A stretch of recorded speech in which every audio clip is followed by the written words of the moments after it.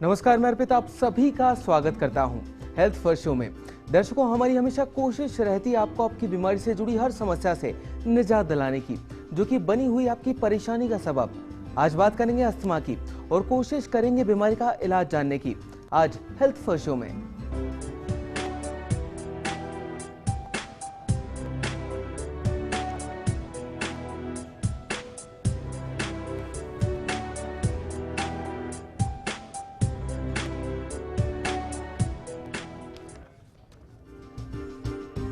दर्शकों, भारत में अस्थमा के रोगियों की संख्या लगभग 15 से 20 करोड़ है और लगभग 12% भारत में बच्चे अस्थमा से पीड़ित हैं।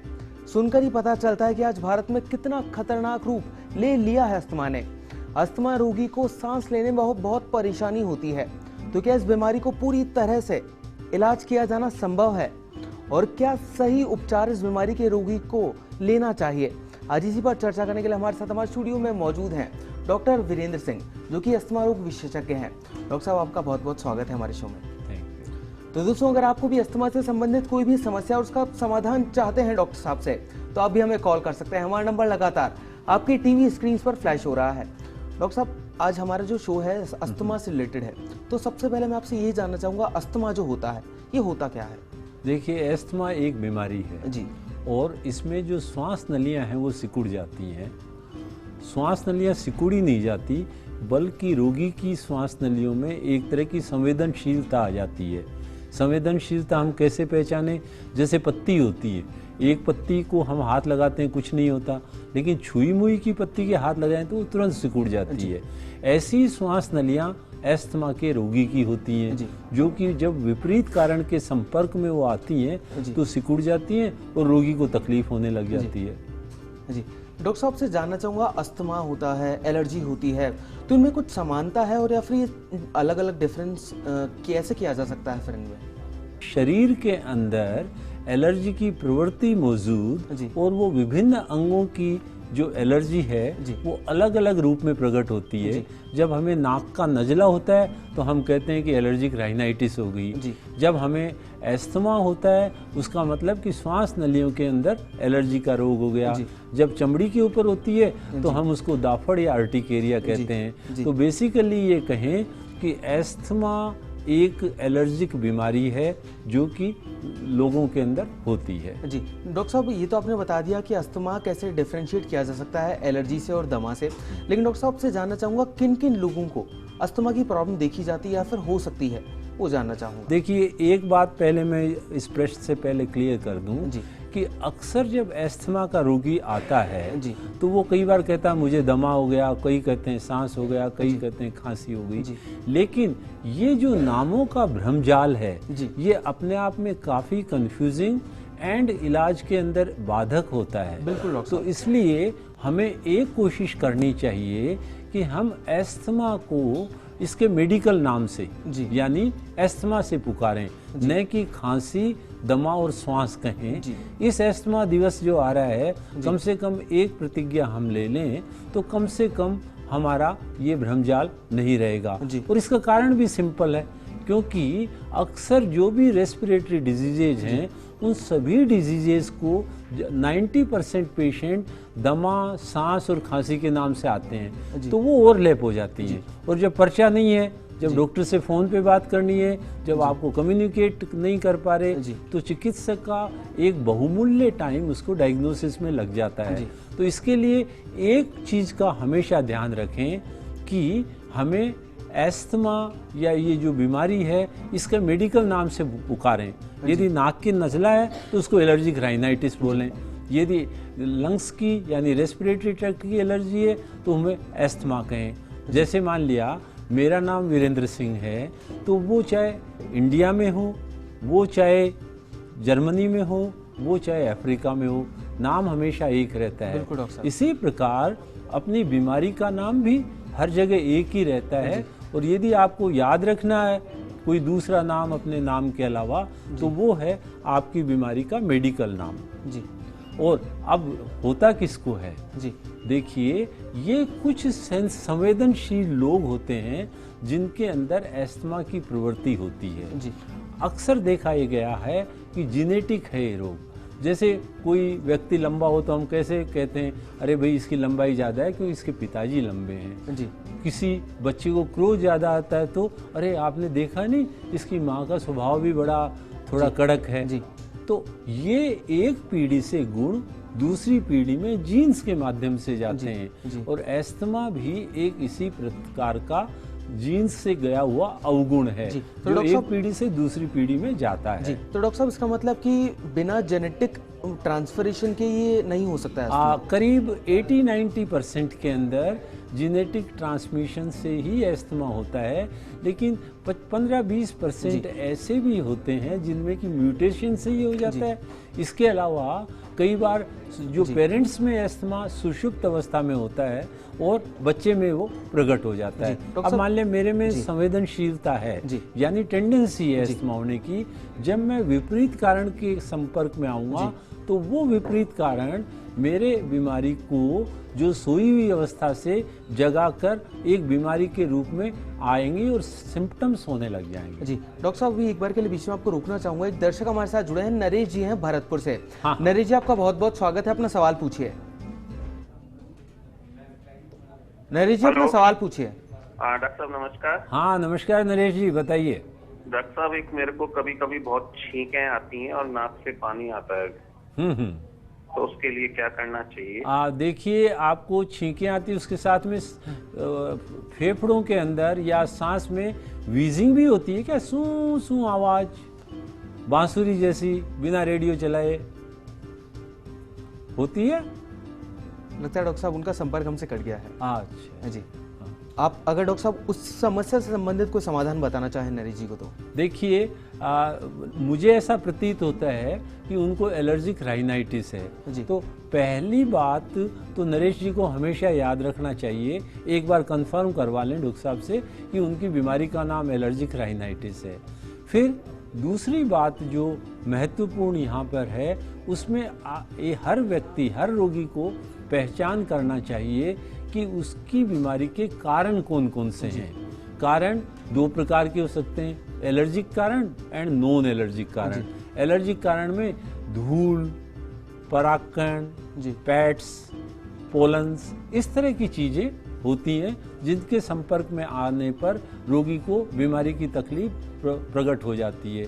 नॉन एलर्जिक कारण वो हैं जिनके अंदर कि जैसे एक्सरसाइज करना, दौड़ लगाने से कई लोगों को खांसी आने लग जाती है। इसके अलावा धुएं में जाने से, ठंड में जाने से, हंसने से, चिल्लाने से, रोने से, इवन ये फिजिकल एक्टिविटी भी एस्थमा कारक बन जाती हैं। तो एक बार इनको हम पहचान लें तो फिर हम इनको डिफीट कर सकते हैं इनकी स्टाइल से। जी। तो दर्शकों, अगर आप भी अस्थमा से संबंधित किसी भी समस्या से पीड़ित हैं और आप उसका जवाब चाहते हैं तो आप भी हमें कॉल कर सकते हैं। हमारा नंबर लगातार आपकी टीवी स्क्रीन पर फ्लैश हो रहा है। डॉक्टर साहब, अभी भी आपने बताया कि अगर हम पहचान लेंगे अस्थमा के जो लक्षण होंगे तो हम आसानी से उसका ट्रीटमेंट किया जा सकता है। तो डॉक्टर साहब, कौन कौन से वो लक्षण हैं वो जानना चाहेंगे हम आपसे। देखिए, एस्थमा के अंदर बेसिकली बार बार खांसी आना, विशेष तौर से रात्रि काल के अंदर। इसके अलावा सांस के अंदर सू सू की आवाज आना। जी डॉक्टर साहब, एक बार के लिए आपको बीच में रोकना चाहूंगा। एक दर्शक हमारे साथ जुड़ी हैं, रीता जी हैं हनुमानगढ़ से। रीता जी, आपका बहुत बहुत स्वागत है, अपना सवाल पूछिए। रीता जी, अपना सवाल पूछिए। हेलो जी। हेलो। हाँ रीता जी, आप अपनी जिज्ञासा प्रकट कीजिए। क्या करें? आप बताइए क्या प्रश्न पूछना चाह रहे हैं। हम ये पूछना चाहते हैं डॉक्टर साहब से कि मेरे को आज से 25 साल पहले अस्थमा था। मैंने इन्हीं डॉक्टर साहब से ट्रीटमेंट लिया था। अच्छा, जी से। किनसे लिया था? बीच में 25 साल में ठीक रही हूँ। हाँ हाँ जी डॉक्टर साहब, आपके लिए आपका ही नाम ले रही हैं, आपसे ट्रीटमेंट लिया। अच्छा, आपने इलाज लिया था, फिर 25 साल क्यों नहीं आए आप? ठीक हो गया था डॉक्टर साहब। अच्छा, ठीक हो गया, वेरी गुड, बहुत अच्छा। रीता जी, अपना सवाल पूछिए। लेकिन अब दोबारा हो गया है। अच्छा, तो आपको मिलना चाहिए था ना हमसे, कम से कम होली दिवाली तो मिलते हैं। ठीक रही थी बिल्कुल। अच्छा, बिल्कुल ठीक रहे थे। तो अब दोबारा हुआ तो एक बार दोबारा आइए, क्योंकि 25 साल का अंतराल काफी। हाँ जी, मैं दोबारा आ जाऊंगी आपके पास, लेकिन अभी मेरा सब कुछ ट्रीटमेंट मैंने। हाँ हाँ हाँ, ये बीच में आवाज में व्यवधान आ रहा है, प्लीज दोबारा पूछिए। जी डॉक्टर साहब, मुझे लगता है कि दोबारा हो गया तो एक बार आपसे इलाज जानना चाह रही थी वो। हाँ, देखिए ऐसा है कि कई बार ऐसा होता है, एस्थमा की प्रवृत्ति शरीर में मौजूद है, उसका प्रॉपर इलाज और प्रॉपर बचाव किया जाए तो ये बीमारी सो जाती है। अब जैसे रीता जी के केस में 25 साल सोई हुई। बिल्कुल डॉक्टर साहब। होता क्या है कि इस अंतराल में आने पर हम फिर थोड़े से लापरवाह हो जाते हैं और लापरवाह होकर वो जो इनको प्रिकॉशन एंड सावधानियां बताई जाती हैं उनसे थोड़ा रिलैक्स कर जाते हैं, इससे वो बीमारी दोबारा से जग जाती है।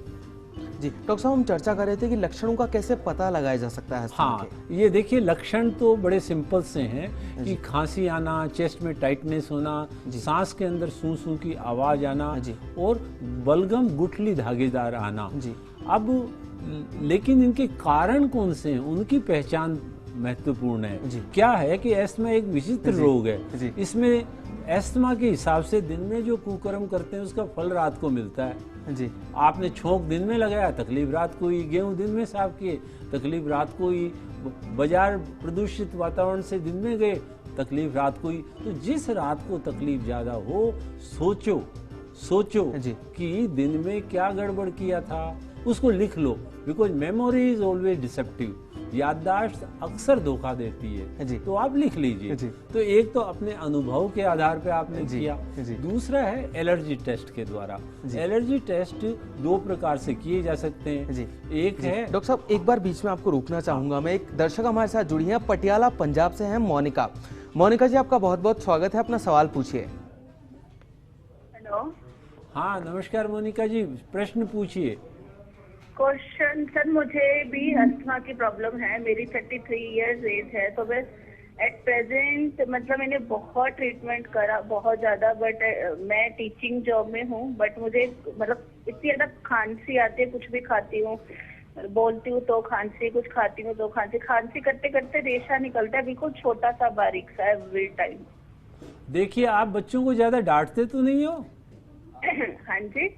बच्चों को डांटते तो नहीं हो? आप टीचिंग करते हो ना? नहीं, बिल्कुल भी सर, बिल्कुल नहीं डांटते। देखिए आपकी बीमारी से दो बात स्पष्ट लग रही हैं। एक तो आपको खांसी बहुत आती है, वो इंडिकेटर है कि आपका एस्थमा अनकंट्रोल्ड है। इसका मतलब ये है कि आपको अपनी दवा का एडजस्टमेंट की आवश्यकता है चिकित्सक की मदद से। अब चिकित्सक कैसे करेंगे? आपका एक ब्रीदिंग टेस्ट जो स्पायरोमेट्री आपका पहले हुआ होगा उसमें करते हैं और देखते हैं कि आपकी लंग्स की कैपेसिटी कितनी है, और उसी के ऊपर बेस होकर फिर आगे दवाइयाँ दी जाती हैं। और जो आपको बलगम निकल रहा है, कई बार जैसे इधर आपके पंजाब साइड में, गंगानगर साइड में, उसमें एस्थमा का एक कॉम्प्लिकेशन होता है जिसको बोलते हैं ABPA, एस्परजिलस। तो ये इसको रूल आउट करवाना चिकित्सक को दिखाकर आवश्यक है। जी डॉक्टर साहब, अभी के लिए एक और दर्शक हमारे साथ जुड़ी हैं, अलवर से शांति जी हैं। शांति जी, आपका बहुत बहुत स्वागत है, अपना सवाल पूछिए। सर कि मेरा अस्थमा है। हाँ। पर मेरे को ना तो छींक आती है कभी। हाँ। और मतलब हल्का सा फीवर हमेशा बना रहता है, बुखार बना रहता है। हाँ। और खांसी आती है? बिल्कुल नहीं, तो खांसी आती ना छींक आती, मतलब अंदर से सांस भरता और है। रात को तकलीफ ज्यादा होती है दिन में? हाँ, रात को दिन में मतलब कभी भी हो जाता है।